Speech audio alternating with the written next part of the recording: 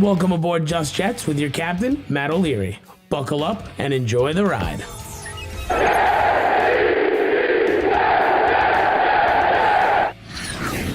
Hey, what's going on? I'm Matt O'Leary, back with episode number 58 of Just Jets. Excited to be here. I know it's a little bit later than usual. My schedule's a little bit different this week. Should be able to get back on track, hopefully, for next week. That's the plan anyway. We got a lot to get into, dive into free agency. We'll talk a little Deshaun Watson and your questions as well. But before all of that, wanted to mention that if you like the shirt, you can pick it up in the store. Link to the store is in the description below.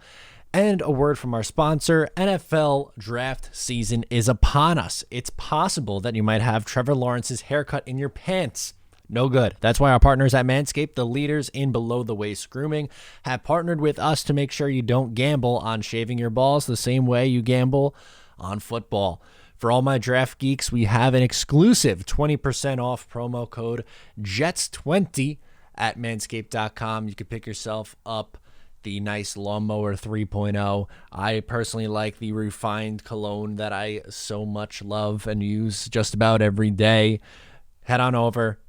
One more time, promo code JETS20 at checkout. Saves you 20% off and free shipping. I don't know if I mentioned that. Free shipping as well. So worthwhile to check out for sure. So let's jump into today's episode. We're going to talk the good, the bad, and the from free agency. So it's been an interesting last week. Expectations were high. So far, I don't know if Joe Douglas has reached the expectations that some set for him. I think it's been an okay free agency. There's been, again, some good and some bad. But we'll start with the good. And my first good on the list is Carl Lawson. To me, that's the big one from free agency.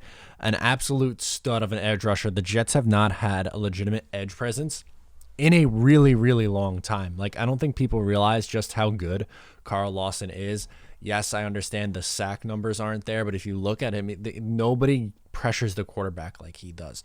And with the defensive line that the Jets are going to be displaying next year, those sack numbers are going to go up. More on that later. But I think Carl Lawson's probably my favorite signing so far. Corey Davis is definitely one to be excited about. Good scheme fit, good run blocker. Seems to make sense. I don't know if he's going to hit 1,000 yards at the Jets next year, but I think he's someone who, you could pencil in for 800 or 900 yards, and he'll be a consistent outside receiver to go with Denzel Mims, which we're excited about.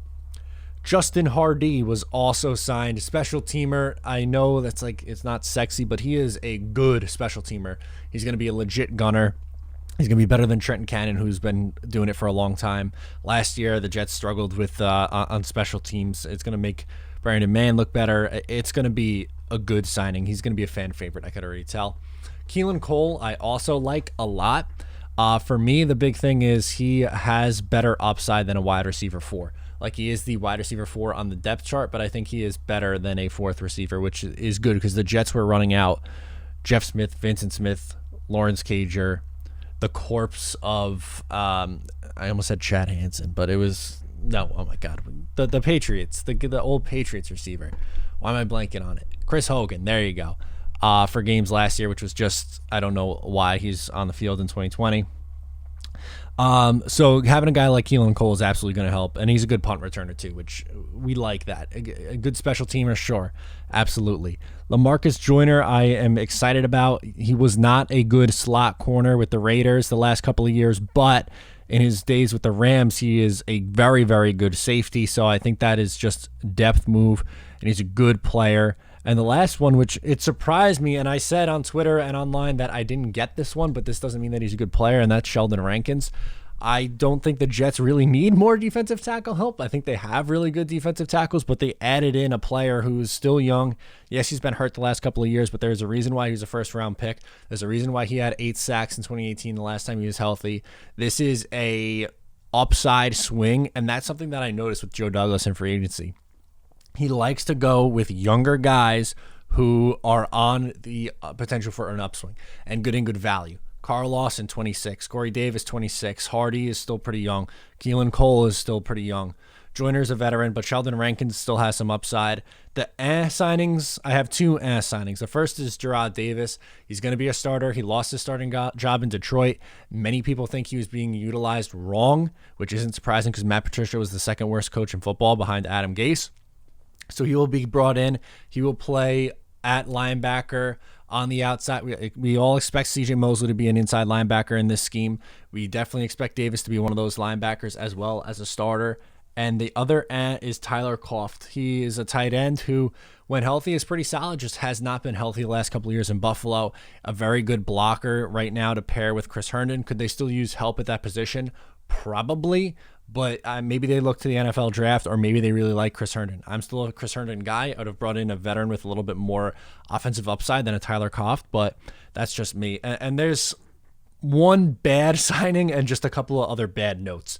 So the Dan Feeney, I want to like Dan Feeney so badly. I mean, just look at that mullet and that mustache. He looks like he's an offensive lineman that I would love, that I want to love. He's just not good. He's not going to be a starter for this Jets team. He's going to be a depth guy. He can play guard or center, not at a starting level, but he's, again, just a depth option on this team, which I guess is fine, but I'm a little disappointed that they haven't gone out and signed someone at guard yet. If they bring in Trey Turner, okay, I think there's some upside there. Would I have liked them to go for somebody a little bit better than that? Yeah, I would have. I don't think that Joe Thuney was coming here for the price that he ended up signing for to go to the two-time defending AFC champions, but I do think they could have had better options out there, and I think this tells you all you need to know. Joe Douglas is absolutely taking an offensive lineman with one of his first 3 picks, especially on the interior. I think you could definitely look for Elijah Vera Tucker. You could look for Wyatt Davis. You could look for Creed Humphrey. One of those guys are going to be taken off the board by 34 by the New York Jets in my eyes. So, and also last one that I think was a little bit bad was missing out on John O'Neill. I think that would have been phenomenal for the New York Jets to add. How they lost out on a 1-year deal to him for very little money, but were willing to pay Jarrad Davis a little bit more is interesting. I know different days, but I really thought that was one the Jets were going to get done. I think it would have been perfect to put him. He's moving to linebacker, so it would have been really interesting to see that get done. I was just surprised. I thought that was one, especially, the fact that it was a 1-year deal to Dallas, that I thought the Jets would get done. And still need more work. Offensive line needs help on the interior. Just need corners, an outside corner and a slot corner. Brian Poole is still available. Kawan Williams is still available. Rasul Douglas is still available.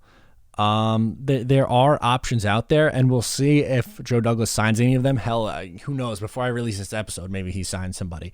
That's how free agency goes sometimes. But at the end of the day here, I think he's been okay. I think there's been some good things. I think there's been a couple of misses, but it's an incomplete grade that you can't grade free agency yet because you still have to look at the NFL draft, or you can't grade the offseason because you still have to look at the NFL draft, which is a major part of this, and that's still over a month away. So we'll see what happens there. The last thing I want to get to in the monologue before we get to the voicemails is the Deshaun Watson drama. Yes, there is up to 10 complaints now from women who are, saying that he has in some way, shape, or form sexually harassed, sexually assaulted them. What I will say about this is I think we need more information to come out. And I don't trust that lawyer Busby as far as I can throw him in. There's something sketchy going on here. Obviously, this is very, very serious. It's something that has to be looked into. You can't just push over it, but there's just a lot of bizarre things going on here. I don't think you can really 100% just come out and say, oh my God, you got to put this on Deshaun Watson. You got to get him out of the league now. You can't trade for him now. Hold on. I think we need to pump the brakes there, let everything play out, and we'll see how this happens, whether it goes to trial or what, we'll see. But I'm not ready to kill Deshaun Watson. If more info comes out and if the convictions start coming, completely different story.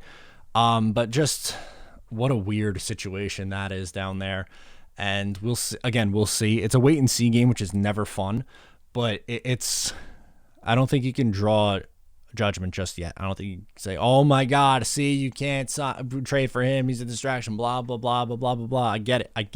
This is a very serious thing. It has to be looked into.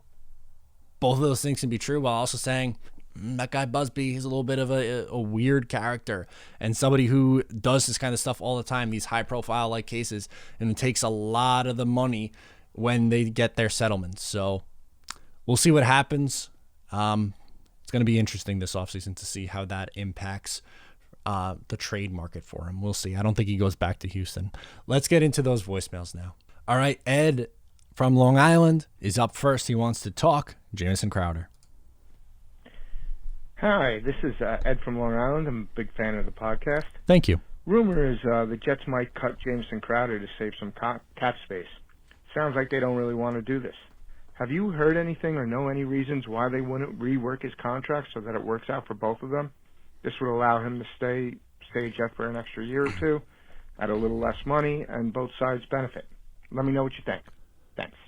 Yeah, I think the reason why they haven't done that, and I think this is more when like Juju was still available, he ends up going back to Pittsburgh. But with Jameson Crowder, I just don't know, with him getting up there in age and injury history, if you want to sign on for that right now for a couple of more years. I think they kind of want to wait and see how this year plays out, how he does in this offense, and then maybe look to extend him if he has a good year. If not, then they'll move on. And that's the thing. He hasn't played in this offense yet, so I don't think they are going to make a decision on him yet. I think they kind of want to see.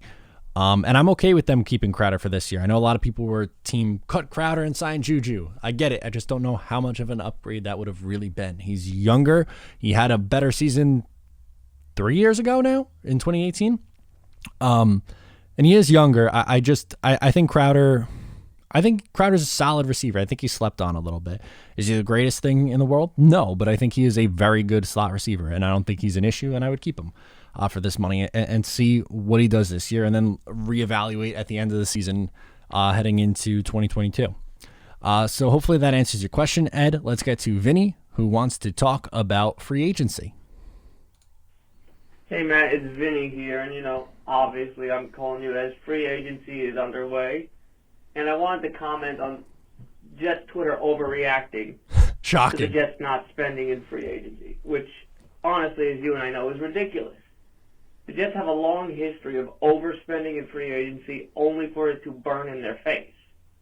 Because the problem in the past and right now is the Jets don't have an established young nucleus of talent to attract free agents.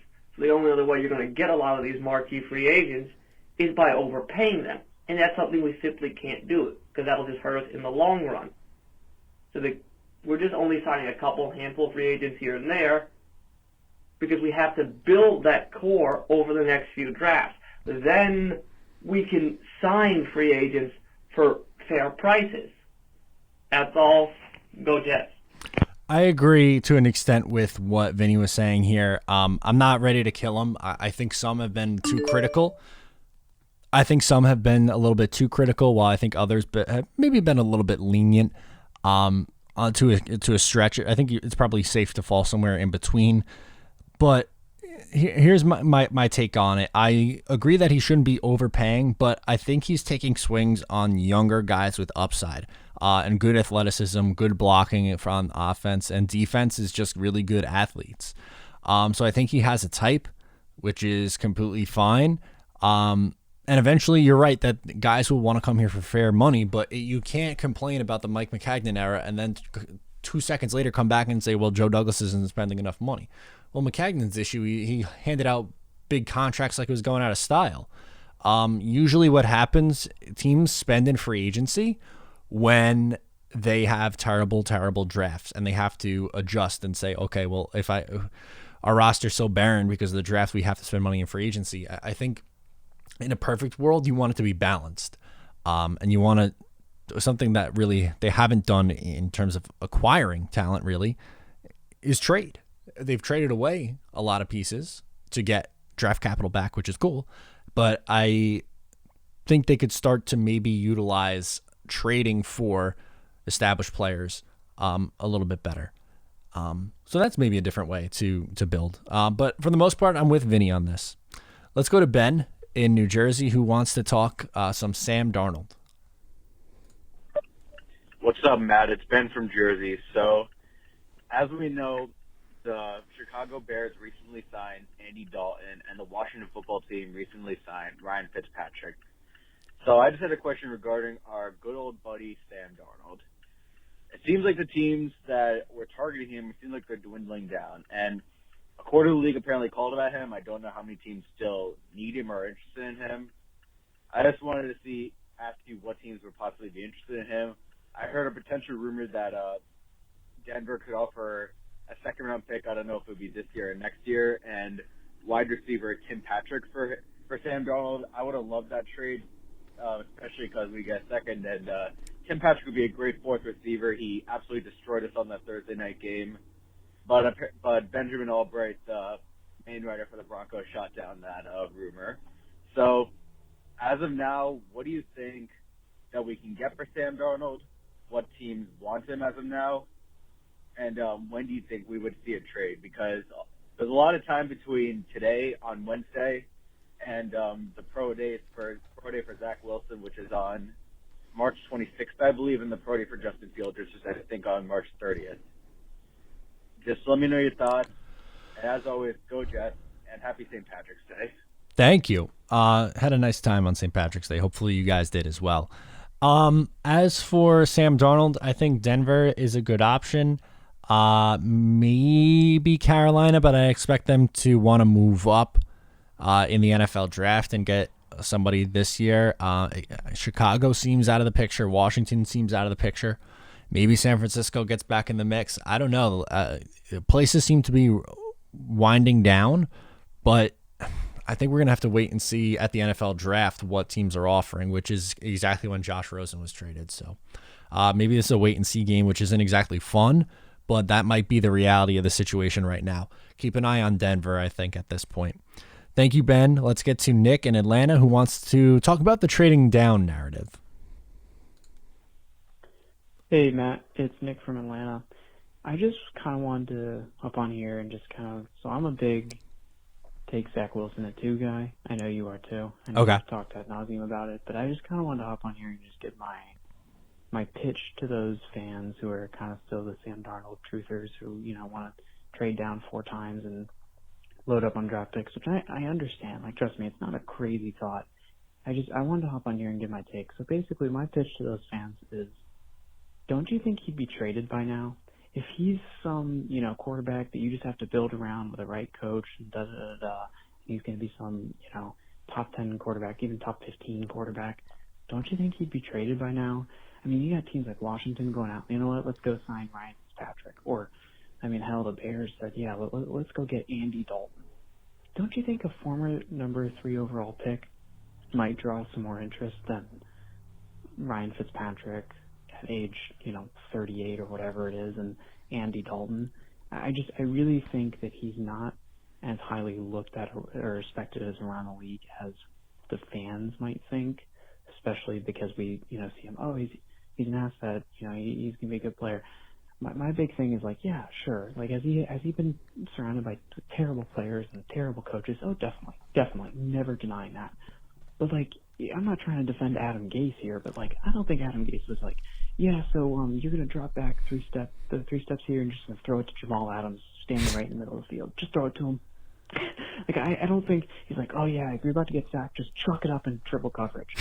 Sure, I don't think they're good coaches. I don't think Adam Gase really helped him at all, but hell, he wasn't telling him to chuck it into triple coverage, which is what he did a lot. He did. I really don't know. I think the kid's a talented quarterback. I just don't know if he can play quarterback in the NFL. So I really think that we're really too high on this kid, and I really, really, really pitch to those other fans we just got to move on. And if he has a great career somewhere else, and he could very well get traded by now, later. Hell, by the time you take this call, but I don't know. It's just my thoughts. You can give your opinion, but that's really my pitch to the other fans. But thanks so much. You do a great job. Go Jets.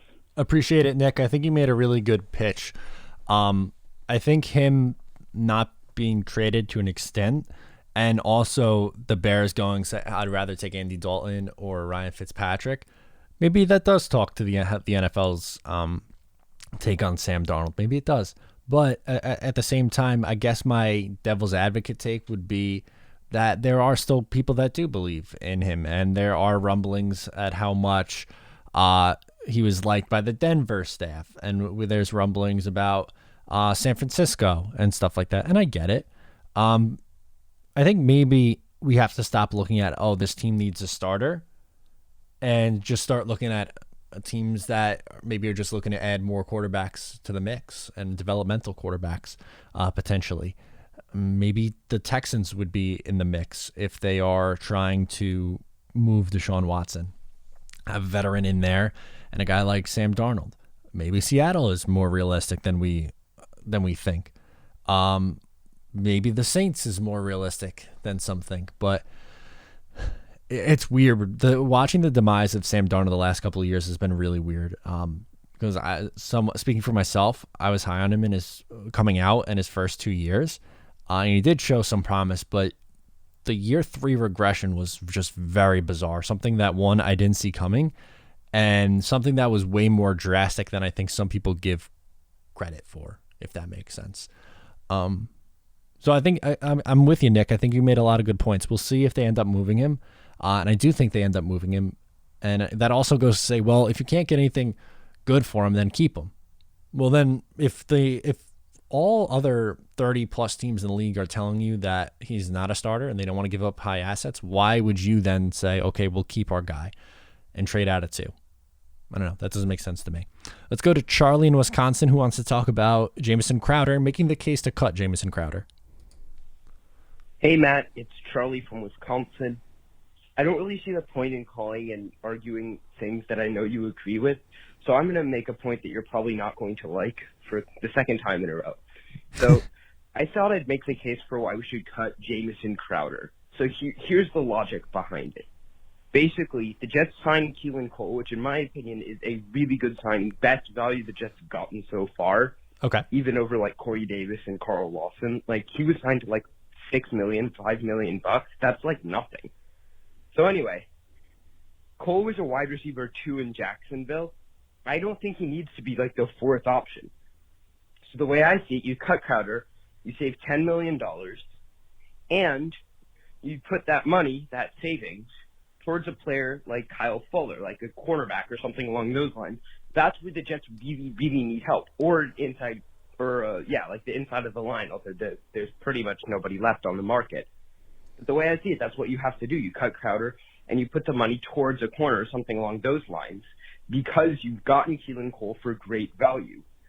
I think the Jets fans are overall like a little bit too hyped up on Jameson Crowder just because he had so much production, but that was just because everyone else was so bad, so there was nowhere else to throw the ball. So I think his production was a bit of a mirage. I say cut him. I bet you could maybe actually get compensation in a trade. I bet somebody would be willing to trade for him based on his production. It seems like a lot of other fans are really high on him, even fans from other teams. So I think that could be an option too. But I'm curious to get your thoughts. What do you think about that? I think you probably could get a day 3 pick for Jameson Crowder, or if you do cut him, yeah, you do save that $10 million. I'm nervous that the Jets would then be one injury away from having to play Jeff Smith or Vincent Smith significant snaps, or Braxton Berrios. I'm going to take this and spin this another direction. I don't understand some of this fan base's obsession with like really bad to very mediocre receivers. For instance, Vincent Smith, Jeff Smith, Braxton Berrios, Lawrence Cager. I don't think any of those 4 guys I listed, I don't think are playing on any of the other teams in the NFL. They're just not. Besides the 2-14 Jets, they're not playing on any other getting significant snaps on any other team. They're just flat out not. So I'd rather have a 4th receiver who is maybe a little bit better than what a 4th receiver should be, and still add via the draft maybe like a 3rd or 4th round receiver this year, so I don't have to watch Jeff Smith, Vincent Smith, Lawrence Cager, or Braxton Berrios get significant snaps for this team. I understand the idea of taking that money and then putting it to another position of need. You mentioned a couple guys on the defense. I also think you should make life as easy for your young quarterback as humanly possible. So I'm completely okay with expanding the wide receiver room or keeping the wide receiver room as is, because the Jets have had the 32nd offense in the league for the last 2 years. So I'm taking as many good players as possible. And I agree with you. I think Cole is a good player, and I also think Jameson Crowder is a good player. So I don't want to cut him if I don't have to. The Jets aren't in a dire cap space situation. They could take Alex Lewis, who is not going to be, who probably won't be a starter this year, or Greg Van Roten, or Ryan Griffin, who's barely played. Like, there's guys you can cut and create money that aren't as impactful as a Jameson Crowder. So you didn't sell me, but I kind of understand the logic. Especially if it's for a guy like Juju, you could sell me on that a lot more. I don't love Juju, and I'm kind of glad the Jets kept Crowder instead, but like at least the logic added up there in my eyes. Next is Josue from New Jersey, and he thinks the Jets are trading back. Hey, man. So the name's Josue. It's New Jersey. So it just came to me, man. The Jets are going to trade back. They're going to keep Sam. And the reason why is because we're not doing anything. As far as free agency, there's nothing happening. So it's me connecting the dots is saying that the Jets are going to go with basically like Joe Douglas been saying, going through the draft. So we're just going to basically draft our whole team. We're not doing nothing in free agency, and next year we'll probably blow it up. But that's my take. Anyway, appreciate the show. Been watching for a while. Go Jets. Thank you for calling and checking in, Josue. Going to be honest, I don't agree with you, though. I don't think the Jets have done nothing. I think you could say that maybe been a little underwhelmed with free agency. That's one thing. I do think they added some good value, and I don't think that because you didn't get Joe Thuney or Corey Linsley that now you got to keep Sam Darnold now. Well, no, I think you still have to improve through the draft, like what you're saying, and taking a quarterback would be doing just that, improving through the draft. And I don't think, like we talked about earlier, if the league is telling you that Sam Darnold's not a starter and maybe he's not going to go for a second round pick, then why are you going to say, okay, we'll keep our bad quarterback? That doesn't make sense to me, at least. So I can't say that I agree with you, unfortunately. Angelo in Tennessee is up next, and he wants to talk free agency. Hey, Matt, Angelo from Memphis. Wanted to give you a call after the first week of free agency. Now we can kind of see the picture of what Joe Douglas is painting. Now, obviously, he's more of a bargain GM. You know, he wants the best value, the best deal. He's more into spending low money on high potential, right? So I like our signings now. Carl Lawson, a lot of people say about the sack total. You know what, to be honest with you, that's just a number. You know, you don't see how many you can see the QB hurries, but how many plays he's affected, how many game-changing moments he's had, whether getting to the quarterback quick, forcing a bad throw, forcing an interception. So I do like the free agent signings, but you can see the trend now. We have a lot of holes left. Offensive line is going to be heavy in the draft. Running back is going to be in the draft. Cornerback is going to be in the draft. So I'm still looking at a lot of holes on this team. And with the whole Sam Darnold situation, nothing's happening. So, I mean, I think they're just kind of waiting to the pro days and the interviews and seeing what these guys are like. But it's looking more like they're probably going to run it with Sam and probably trade down out of that second pick to acquire more assets to fill the holes that we need and to grow a young core of good players on this team. We all know we're not ready to compete next year. I mean, it would be nice, but I think it's a long shot. You know, I think it's a long shot to say we're going to make the playoffs next year, whether it's Darnold or Zach Wilson. And don't get me wrong, I like Zach Wilson, but Joe Douglas is a value guy. If he can get multiple picks for that second pick, he's going to do it. And he's going to run it back with Sam and say, hey, this is our best chance right now to build a young team, to acquire the assets. And that's it, you know. And anyway, I wanted to ask about the current players like Alex Lewis, Ryan Griffin. Okay. I know we kind of expected them to get cut. I just want to know what's going on with that. You think he's going to keep Alex Lewis, or are we set with our tight ends with Herndon, Griffin, and now Koff from Buffalo? So I kind of want to ask about the current players, and who do you all think is going to get cut or not re-signed? Thanks, Matt. Go Jets. Yeah, I appreciate it. Kind of similar with Josue, what I'll say with you, Angelo, at the start of your first part of the call, I don't necessarily buy that because they've been bargain shopping or not going out and blowing all their free agent money that they are now going to keep Sam Darnold. I don't know if I agree with that, but I will say, as far as it goes with Greg Van Roten and Alex Lewis, I think it would be a mistake if both of those guys are starting at guard. I think they're average. I think they are actually average. They're below average. They're a bottom tier starting guard. If that, I think that if you keep one of them as depth, fine. But you brought in Dan Feeney, who is worse than both of those guys to be depth, I guess, which is also kind of confusing. Ryan Griffin, I don't know how healthy Ryan Griffin is. I really don't. So that's why I think they brought in Croft. Brian Poole, I think, is gone. I don't know. I don't think you mentioned Brian Poole, but just the guys who I don't think they're going to bring back. And Alex Lewis, there's something seemed funky at the end of the year last year, and I don't know if they're going to bring him back. I think if one was likely to come back, I think Greg Van Roten is more likely to come back than Alex Lewis. Hopefully that answers your question, Angelo. Let's go to Drew in Jersey up next. He wants to talk about what could happen in the second round for the Jets. Hey, it's Drew from New Jersey, and I was wondering, I want to talk to you about the NFLJ and about our early second round pick and what I think we'll get Sam Darnold for. Starting with Darnold, I think we could trade him to the Panthers for their 38th pick, I believe, in the second round.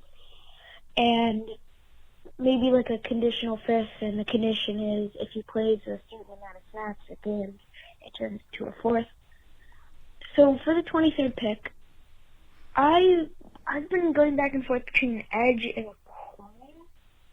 But thinking about the cornerbacks in the draft that would be there, I don't think it would be worth it, considering what edge rushers that I think would be there, like someone like Quinn Pye, I think we would take.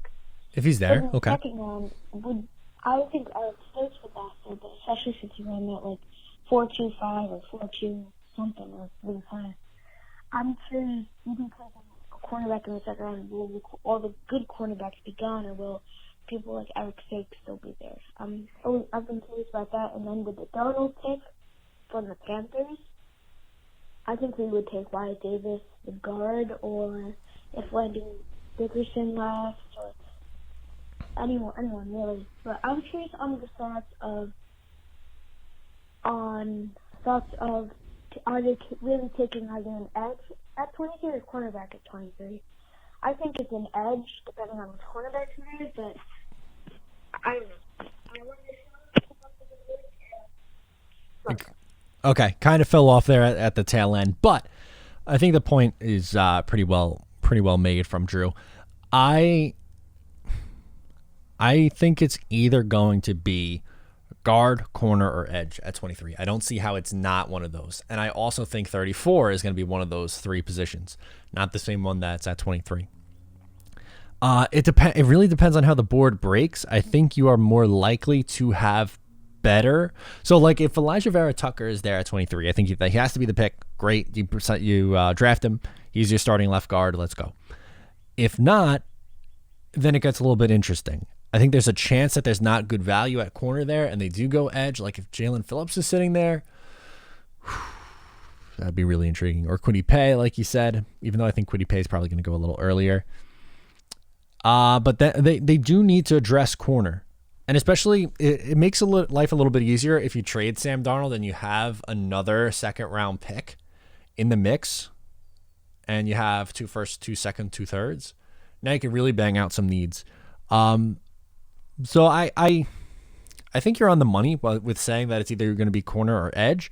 I think you also have to have guard in there. It's not, I'll say it like this. It's not going to be a position other than those three at 23 or 34.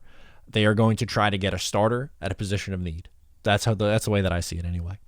So hopefully that answered your question, Drew. Last one, Elias in Rochester. He wants to talk about ranking Darnold games. Hey, Matt, this is Elias from Rochester. I just had a quick question about Sam Darnold. How would you rank his games from last year from worst to most worst, or maybe least worst to worst? He didn't really have any good games, in my opinion. how would you rank them? At the top of my head, I think the worst one was probably the Seahawks game. Yeah, he didn't have any interceptions. But, I mean, a lot of them were drops. Thanks, Jamal. And I think his best game, maybe the Rams game, but he was to check down Charlie then. But let me know what you think, man. Keep up the great work, though, Jets. Yeah, so I did a little research on this one, and I went through the 12 games that he played last year. And I agree that his best game was the Rams game, which this stat line, if it's your best game, it's just sad because we're used to, like, think of at the end of 2018, you have the Texans game, the Packers game, the second half of the Bills game. They were the Lions game from that year. There were so many things where you're like, okay, that's good. And then in 2019, the Dallas game, the Raiders game, the Giants game, Washington game. Like there were also games that year and in year 2 that you could build on. Even parts of the Baltimore game, which I know they didn't win, but he made some really good throws in that game. And then this year, it's like, let's hang our hat on 207 yards, 1 touchdown, a 70.97 completion percentage, but just 6.7 yards per attempt.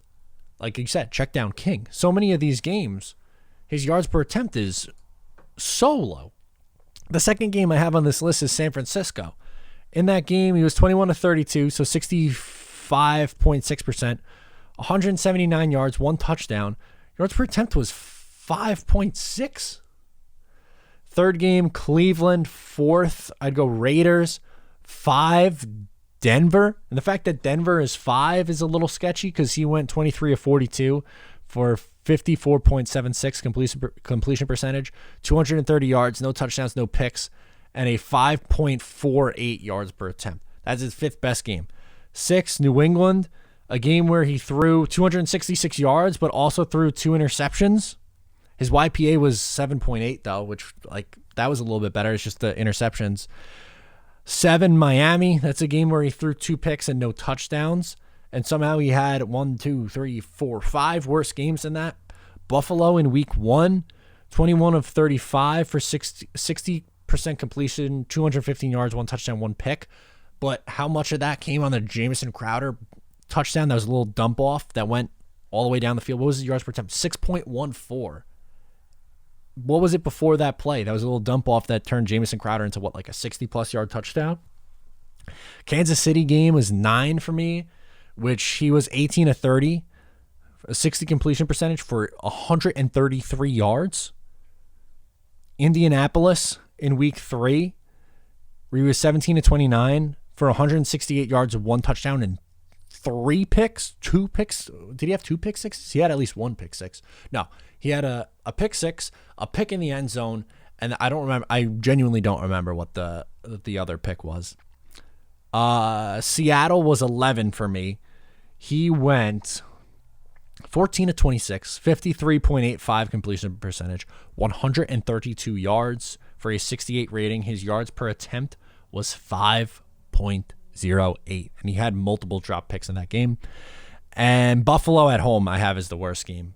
12 of 23, 52.17 completion percentage, a $120, no touchdowns, 2 picks, 31.1 rating, and a measly 5.22 yards per attempt.